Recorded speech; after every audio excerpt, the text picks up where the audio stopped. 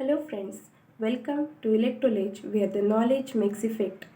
नमस्कार, मी पूजा अलोने आणि आज आपण जेंडर स्टडीज या विषयातील एका महत्त्वाच्या टॉपिकवर चर्चा करणार आहोत आणि तो टॉपिक आहे क्वेअर सिद्धांत, क्वेअर थेरी. क्वेअर थेरी या विषयाशी संबंधित आपल्याला इंग्लिश आणि हिंदीमध्ये बरेचसे एक्सप्लेनेशन आपल्याला मिळून जातात, परंतु मराठीमध्ये तेवढीशी चर्चा झालेली आपल्याला दिसत नाही.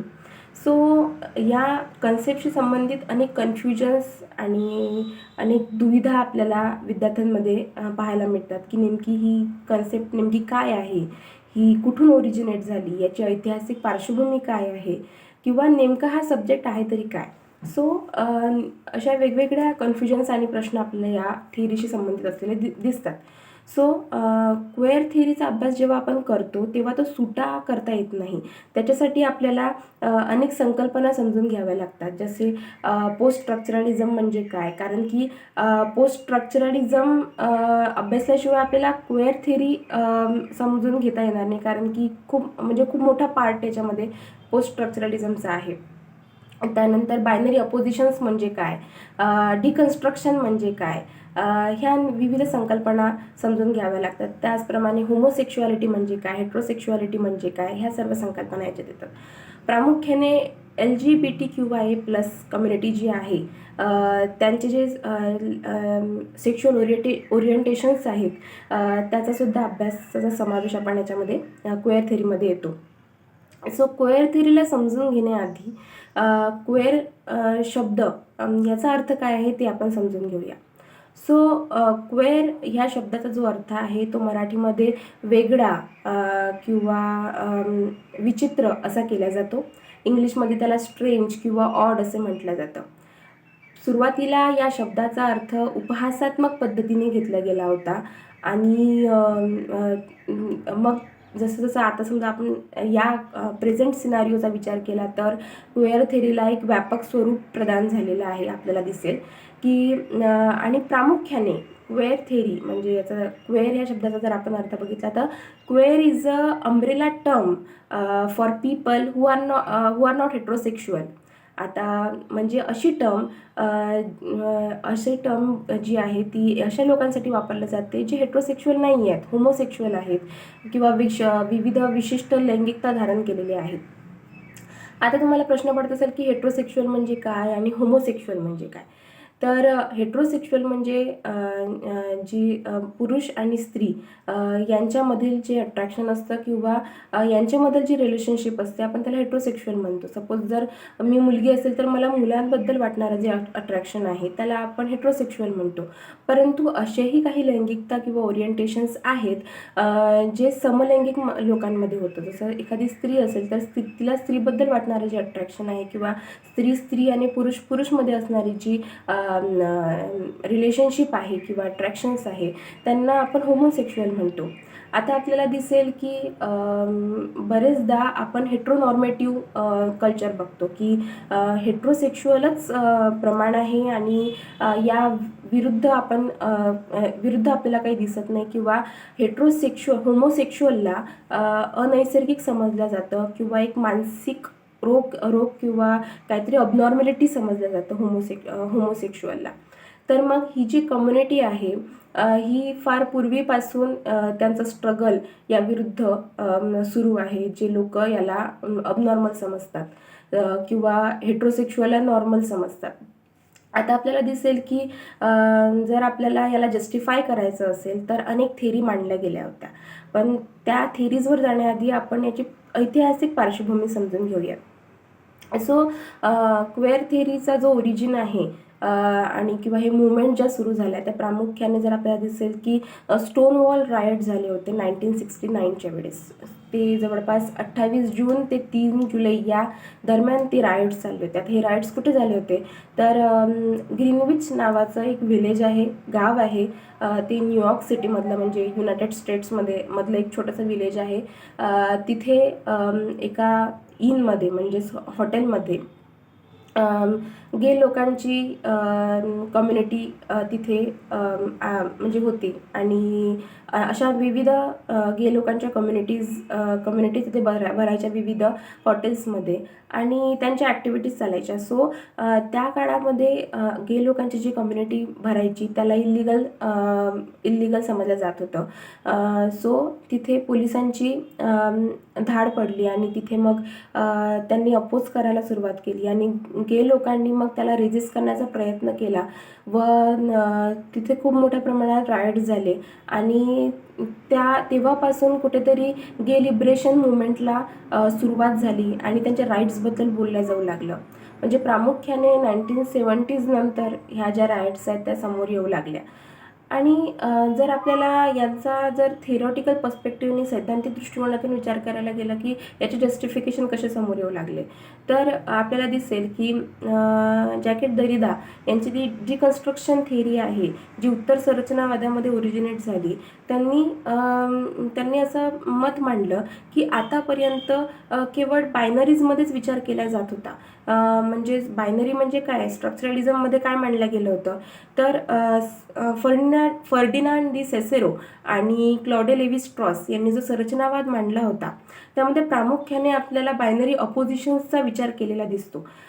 तर बायनरी अपोजिशन म्हणजे काय, आपण जर सिम्पलेस्ट फॉर्ममध्ये जर समजून घेण्याचा प्रयत्न केला तर आपल्याला दिसेल की दिवस आणि रात्र, ब्लॅक अँड व्हाईट, स्त्री आणि पुरुष अशा दोन बायनरीज ह्या प्रमाण मानून त्यांचा स्टडी केला जात होता, सिद्धांतांचा अभ्यास केला जात होता. परंतु जॅकेट देरिदा यांनी डिकन्स्ट्रक्शन थिअरी मांडली आणि त्याच्यामध्ये असं त्यांनी म्हटलं की केवळ बायनरीज पुरता विचार केला जात नाही. म्हणजे जर आपण सिम्पलेस्ट फॉर्ममध्ये एक्झाम्पल दिला तर आपल्याला दिसेल की ह्या ज्या बायनरीज होत्या त्यामुळे एक हायरार्की डेव्हलप झाली. म्हणजे आपल्याला दिसेल की गरीब आणि श्रीमंत असा जर आपण बायनरीमध्ये विचार केला तर एक हायरार्की, ही जी हायरार्की आहे त्याच्यामध्ये एक अपर आहे आणि एक लोअर आहे. मग त्याचप्रमाणे मॅन आणि वुमेनचा विचार केला तर एक सुपिरियर आहे आणि एक इन्फेरियर आहे. त्याचप्रमाणे ब्लॅक व्हाईटमध्ये सुद्धा. सो ह्या ज्या बायनरी आहेत त्या कुठेतरी डिस्क्रिमिनेशन फॉर्म करत आहे आणि केवळ त्या अशा प्रमाण मानून नाही चालत. सपोज जर आपण रिच आणि पुअर ही जर आपण स्ट्रॅटिफिकेशन जर बघितलं तर ही केवळ दोनच क्लासेस आहेत का, तर नाही, त्या मिक्स आहेत. तोच सिद्धांत डेरिदा यांनी मांडला की केवळ बायनरीज नाही आहेत, म्हणजे ते दोनच अशा गोष्टी अशा प्रमाण मानून चालत नाही, तर त्या एक मेसी स्वरूपाच्या आहेत. त्यांच्यामध्ये गुंतागुंत असते. म्हणजे आपण जर समजून घेण्याचा प्रयत्न केला तर काही पुरुष असे असतात ज्यांच्यामध्ये काही गुण स्त्रियांचे असतात आणि काही स्त्रिया अशा असतात त्यांच्यामध्ये काही गुण पुरुषांचे देखील असतात. म्हणजे असं दोन बायनरीज आपण स्पष्टपणे असं डिफरन्शिएट करू शकत नाही. तर मग ह्या थिअरीमुळे काय झालं, याचा वापर जेव्हा आपण करतो तेव्हा आपल्याला दिसेल की देर आर अदर सेक्शुॲलिटीज ऑल्सो, फक्त स्त्री आणि पुरुष इतक्याच नाही आहेत. मग आपण हा सिद्धांत असा मांडू शकतो की फक्त स्त्री आणि पुरुष आणि यांच्याच लैंगिकता प्रमाण बनवून यांच्याच संबंधांना नैसर्गिक मानणं किंवा हेट्रोनॉर्मेटिव्हिटी ही जी कन्सेप्ट आहे तीच प्रमाण मानणं किती चुकीचं आहे. याच्या व्यतिरिक्त सुद्धा सेक्शुॲलिटीज आहे आणि त्यासुद्धा मग समोर आल्या. मग मिशेल फुको यांचं जे पुस्तक आहे हिस्ट्री ऑफ सेक्शुॲलिटी, याच्यामध्ये सुद्धा त्यांनी मांडलं की ही जी नॉर्मेटिव्हिटी आहे ती समाजाने स्थापित केलेली आहे आणि ते तयारच नाही आहे होमोसेक्शुअलला नॉर्मल मानायला. आणि त्याच्यानंतर मग आपल्याला दिसेल की ॲड्रिनल रिच यांनी 1980 साली एक खूप असा कॉन्ट्रोवर्शियल एसे समोर आला जो आहे कंपल्सरी हेट्रोसेक्शुॲलिटी अँड लेस्बियन एक्झिस्टन्स, जो 1980मध्ये आला. आणि त्या निबंधामध्ये सुद्धा असं मांडण्यात आलं होतं की विषमलैंगिकता नैसर्गिक समजण्यामागे समाजाची एक मोठी भूमिका आहे आणि त्यांनी ही जी लैंगिकता आहे हेट्रोसेक्शुॲलिटी ती आपल्याला थोपली आहे. आणि म्हणजे एक प्रकारचं जे कन्स्ट्रक्शन आहे ते खूप ताठर पद्धतीने आपल्यावर लादण्यात आलेलं आहे आणि हळूहळू ही जी होमोसेक्शुॲलिटी आहे ती कशी अनैसर्गिक समजण्यात आली.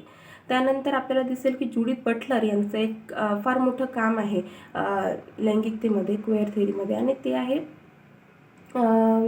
जेंडर परफॉर्मेटिव्हिटी म्हणजे त्यांचं असं म्हणणं आहे की ह्या जेंडर द्वैत जे आहेत की ते स्त्री आणि पुरुष इथपर्यंतच आपण जे मानलं जातो ते सामाजिकरणातून घडते आहे. आपल्याला दैनंदिन जीवनामध्ये जे रोल्स दिल्या जातात ॲज अ वुमेन आणि ॲज अ मेन, ते आपल्याला एवढं थोपण्यात येतात की आपण वेगळ्या पद्धतीने विचार करू शकत नाही. आपण त्या भूमिका सतत त्या भूमिकामध्ये राहत असतो आणि समाज आपल्याला ज्या पद्धतीने वागवण्याचा प्रयत्न करतो त्या पद्धतीने आपण वागतो. आणि बरेचदा असं होऊ शकतं की एखादा व्यक्ती हा पुरुष दिसत असला परंतु त्याला फिलिंग्स किंवा त्याला आतून असं वाटतं की मी कुठेतरी स्त्री आहे, त्याला ते व्यक्त करता येत नाही कारण की तो एक मुलगा आहे. त्याला समाज त्याची परमिशन देत नाही की तू मुलीसारखं वागू शकतोस. सो हे कुठेतरी एक खूप मोठं अन्याय या कम्युनिटीवर झालेला आहे. आपला समाज तयारच नाही आहे की होमोसेक्शुअलिटी एक्झिस्ट करते. It is not myth, it is actual. आणि ह्या सगळ्या गोष्टी क्वेअर थेरीमध्ये आपल्याला अभ्यासाला मिळतात. आपल्याला दिसेल की बरेचसे रिफॉर्म्स आता होऊ लागलेले आहेत. जसं IPCचं सेक्शन जे होतं 377, त्यांनी समलैंगिकतेला गुन्हेगारीच्या क्षेत्रात नेलं होतं आणि त्याच्यावर शिक्षासुद्धा नियोजित होती. आता तो 377 अबॉलिश झालेला आहे आणि समलैंगिक लोकांना फ्रीली आपलं जे लैंगिक ओरिएंटेशन आहे ते आपण ते ठेवू शकतात. परंतु आपल्याला दिसेल की त्यांना अजूनही विवाहाची मान्यता नाही आहे. त्यांचे अनेक प्रश्न अजूनही तसेच आहे. त्यांच्या अशा ओरिएंटेशन्समुळे किंवा त्यांच्या लैंगिकतेला मान्यता न मिळाल्यामुळे किंवा नैसर्गिक न समजल्या गेल्यामुळे ते खूप दिवसापासून वगळल्या गेलेले आहेत. ते रोजगाराच्या क्षेत्रापासून वंचित राहिलेले आहे, शिक्षणाच्या क्षेत्रापासून ते वंचित राहिलेले आहे आणि आरोग्याच्या क्षेत्रापासून सुद्धा, म्हणजे जे बेसिक नीड्स आहेत त्याच्यापासून ते आतापर्यंत वंचित राहिलेले आहे आणि हा त्यांच्यावर खूप मोठा अन्याय आहे. एक मानव म्हणून त्यांना खूप काळापासून आपण निग्लेक्ट केलेला आहे, त्यांच्यावर अन्याय केलेला आहे. आणि ह्या सर्व गोष्टी आपल्याला क्वेअर थेरीमध्ये समजून घेता येतात. एक सैद्धांतिक स्वरूपातून एक व्यवस्थित रेफरन्सेस घेऊन क्वेअर थेरी ह्या गोष्टी मांडते की ह्या ज्या विविध लैंगिकता आहेत त्या एक्झिस्ट करतात आणि त्या लोकांचे राईट्स आहे आणि त्यांचा आपण अभ्यास केला पाहिजे आणि ते मानव म्हणून त्यांना जगण्याचा अधिकार दिला गेला पाहिजे. ह्या सर्व गोष्टी आपल्याला समजून घेतल्या गेल्या पाहिजे. शेवटी मला एवढंच सांगायचं आहे की LGBTQIA+ या विविध लैंगिकता ज्या आहेत, म्हणजे प्लस जे सायन्स सांगतं की अजूनही या लैंगिकता समोर येऊ शकतात. सो प्रत्येक सेक्शुअलिटीचा आपण रिस्पेक्ट केला गेला पाहिजे. सर्वात महत्त्वाची गोष्ट की एक मानव म्हणून त्यांना जगण्याचा अधिकार आहे आणि ही कन्सेप्ट, क्वेअर थेरी ही कन्सेप्ट आपल्याला एक रिअलायझेशन देतं, एक अंडरस्टँडिंग देतं की आपण एका मोठ्या गटाला कुठेतरी त्यांचा इन्क्लुझिव्ह डेव्हलपमेंटचा आपण विचार केला पाहिजे. आणि मुळात ही संकल्पना इट्स ऑल अबाउट. सो मला आशा आहे की मी हा जो कन्सेप्ट आहे, जो किचकट आहे थोडा, तो कन्वे करण्याचा प्रयत्न करू शकली असेल. So thank you so much. नमस्कार.